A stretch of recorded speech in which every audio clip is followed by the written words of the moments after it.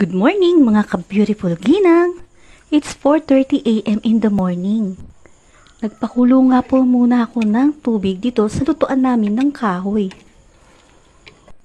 Para po makatipid sa gasol, dito ko na niluluto yung pampaligo nilang tubig na mainit.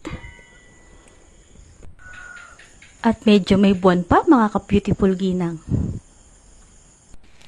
Nagsangag na rin po ako ng kanin. Nalagyan ko nga ito ng star margarine. Pampatangkad daw po ito eh. Kaya ito naman, pagkatapos kong magsangag, niluto ko naman yung bologna na babaunin nila sa school. Tapos, sa piniprituhan, doon ko na rin inisa itong sibuyas at repolyo. Sinamahan ko na rin ito ng konting bologna panahog. Ito naman ang uulamin nila ngayong almusal. Tinimplahan ko ng asin at paminta.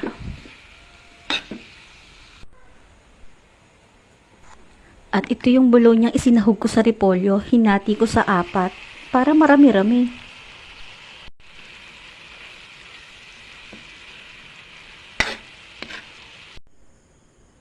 At ito na nga yung kanilang almusal ngayong araw na to at kanilang babaunin. At gigisingin ko na sila para mag-almusal. And this is my video for today. Thank you for watching mga ka-beautiful ginang.